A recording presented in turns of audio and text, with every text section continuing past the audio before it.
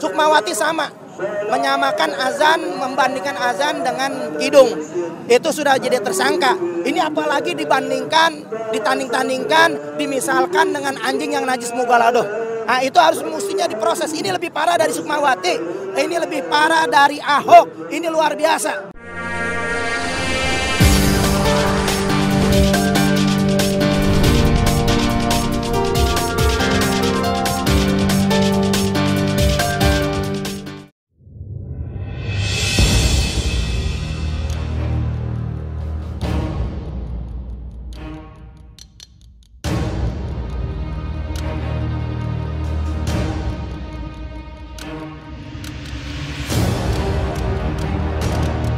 Masjid, musola menggunakan toa tidak? Silahkan, karena kita tahu itu bagian dari syiar agama Islam, ya. Tetapi ini harus diatur tentu saja, diatur bagaimana volume speakernya itu, toanya itu nggak boleh kenceng-kenceng, 100 desibel maksimal. Unjuk rasa di depan kantor Kementerian Agama Jakarta Pusat sempat membuat lalu lintas tersendat Jumat sore. Demonstran dari salah satu organisasi masyarakat menuntut Presiden Jokowi memecat Menteri Agama Yakut Khalil Qaumas karena diduga membandingkan suara azan dengan gonggongan anjing.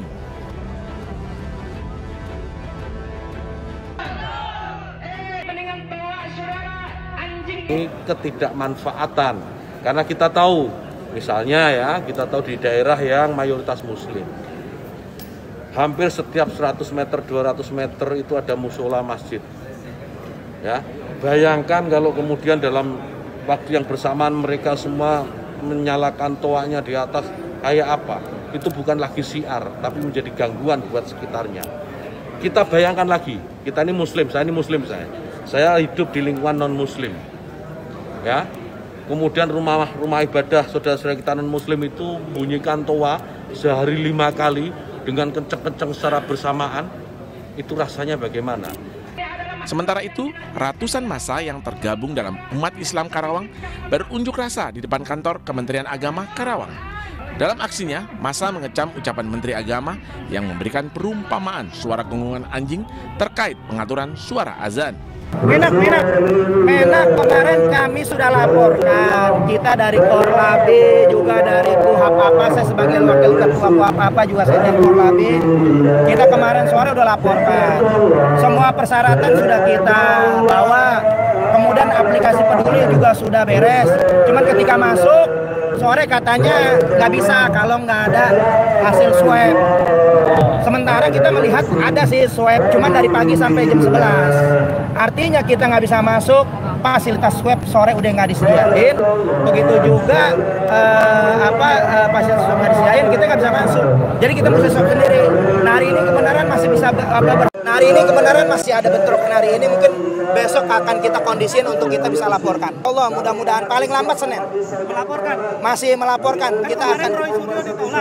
Karena saya datang langsung ke Mabes Polri, bukan ke Polda. Iya, karena Mabes Polri itu tingkatnya nasional, bukan Polda.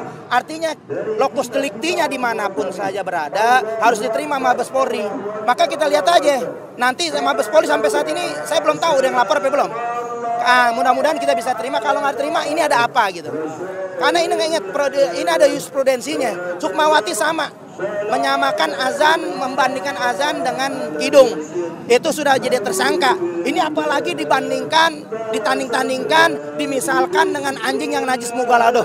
Nah itu harus mestinya diproses. Ini lebih parah dari Sukmawati, ini lebih parah dari Ahok, ini luar biasa. Maka insya Allah kita minggu depan demo untuk Kemenak, untuk dicopot.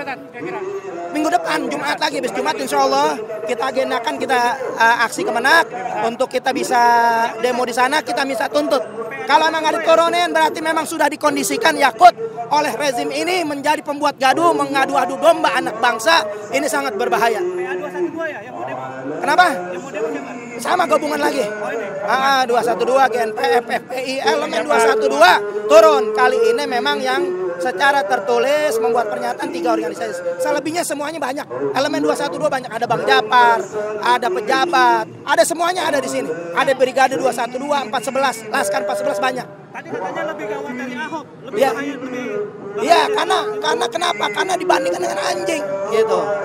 Itu dibandingkan yang menggonggong, gitu kan. Kalau yang Sukmawati masih mending di Kidung, memang indah Kidung, tapi nggak bisa. Kidung lebih indah. Ini dibandingkan dengan Ajis yang Mugolado luar biasa. Ini sangat keterlaluan. Dan ingat, nggak perlu umat Islam memberikan maaf kepada Yakut karena bukan hak umat Islam. Ini urusan haknya Allah. Penista agama siapapun mau mualaf, mau murtad, nggak ada tebusannya kecuali hukuman mati. Takbir. Allahu Akbar. Takbir. Allahu Akbar. Takbir. Allahu Akbar. Terima kasih. Kalau laporannya nggak ditindaklanjuti gimana, Ustaz? Kita akan demo lagi kalau perlu Mabes Polri kita demo. Ya. Ya. Kemenak itu apakah tuntutannya apakah minta peraturan azan juga untuk dicabut? Apakah ada tuntutan itu?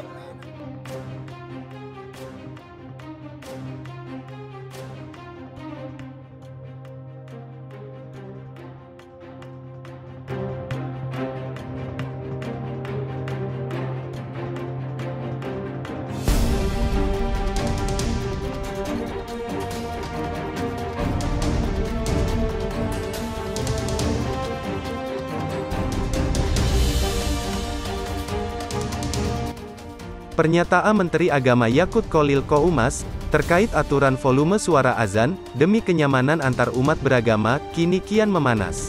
Bahkan pegiat sosial media Abu Janda, turut prihatin atas rekayasa yang semakin memanas ini. Abu Janda bersimpati terhadap Menteri Agama, dengan memberikan argumen untuk meluruskan soal azan, yang dipelintir oleh sekelompok kadrun 212.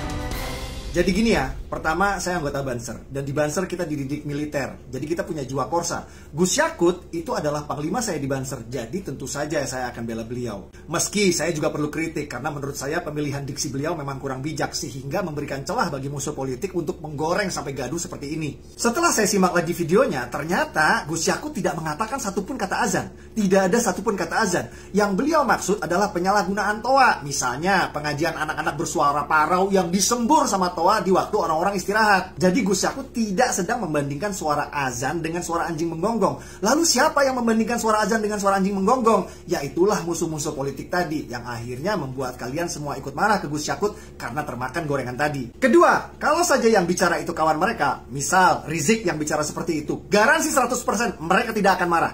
Rocky Gerung jelas-jelas menista kitab suci, Al-Quran, Injil, dibilang fiksi, hayalan, mereka tidak marah. Karena kawan, Abdul Somad jelas-jelas menista agama Kristen, menyebut di salib ada setan, ada jin kafir, mereka tidak marah. Karena kawan. Jadi yang kalian harus pahami, sumber gaduh bukan di pernyataan Gus Menteri, sumber gaduh adalah di musuh-musuh politik Gus Menteri yang menggoreng dan memelintir pernyataan Gus Menteri sampai akhirnya kalian semua ikut marah. Supaya kalian paham bahwa semua ini politik, yang mereka sasar itu bukan Gus Yakut, yang mereka sasar itu Jokowi. Lihat saja berita hari ini, 212 sudah mengancam akan melengsarkan Jokowi jika tidak pecat Gus Yakut. Jadi bullshit lah semua, mereka tidak pernah peduli sama azan, yang mereka inginkan adalah melengsarkan Jokowi. Yang sayangnya, Gus Menteri memberikan amunisi.